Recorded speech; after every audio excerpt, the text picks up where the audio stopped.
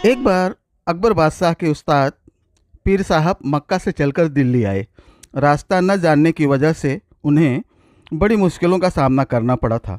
अकबर बादशाह ने उनकी बड़ी आवभगत की। कुछ दिन आनंद लेकर पीर साहब मक्का लौट गए। जब पीर साहब चले गए तो अकबर बादशाह ने बीरबल से पूछा, बीरबल, क्या तुम्हारे भी कोई गुरु हैं जैसे कि मेरे पीर साहब हैं? यदि हैं तो वे कहाँ रहते हैं? कभी आते जाते भी हैं या नहीं?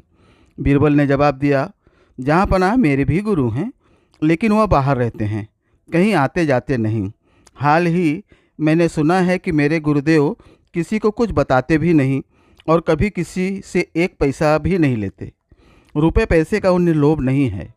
यह सुनकर बीरबल के गुरु के प्रति अकबर बादशाह के मन में श्रद्धा उत्पन्न हुई और उन्होंने बीरबल से अपने गुरु से मिलवाने का आग्रह किया।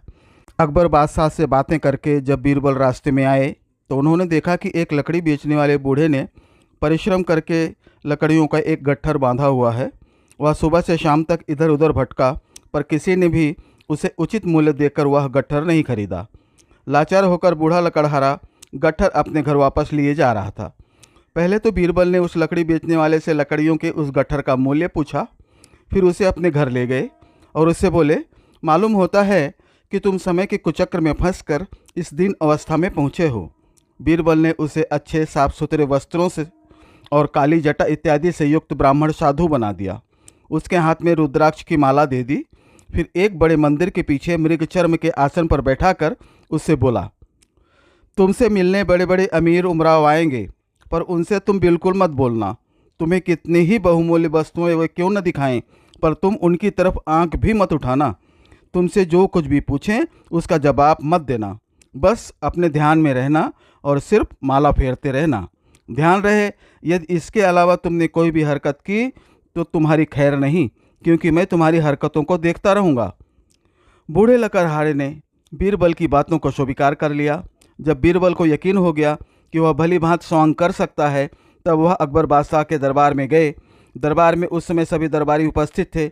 बीरबल ने अकबर बादशाह को अपने गुरु के आने की शुभ सूचना दी और कहा, पहले तो गुरुदेव ने दर्शन देने से इनकार किया, पर मेरे खुशामद करने पर वह पधारे हैं और मंदिर के पिछले हिस्से में आसन जमाए हुए हैं। उन्होंने आप लोगों को दर्शन देना भी स्वीकार कर लिया है, लेकिन मुझे साथ आने को मना कर दिया है। यदि मैं हट करके जाऊंगा तो हो सकता है वह मुझे शाप दे दें।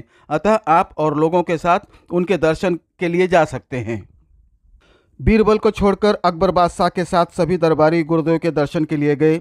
अकबर बादशाह ने गुरुदेव के सामने जाकर सादर मस्तक झुकाया, फिर बैठकर उनसे पूछा, गुरुजी, अपना निवास स्थान तथा शुभ नाम इस दास को भी बताने की कृपा करें। गुरुदेव भी किसी ऐसे वैसे के चेले नहीं थे। अकबर बादशाह की बातें सुनी अनसुनी करके वह अपने ध्यान में ही रहे।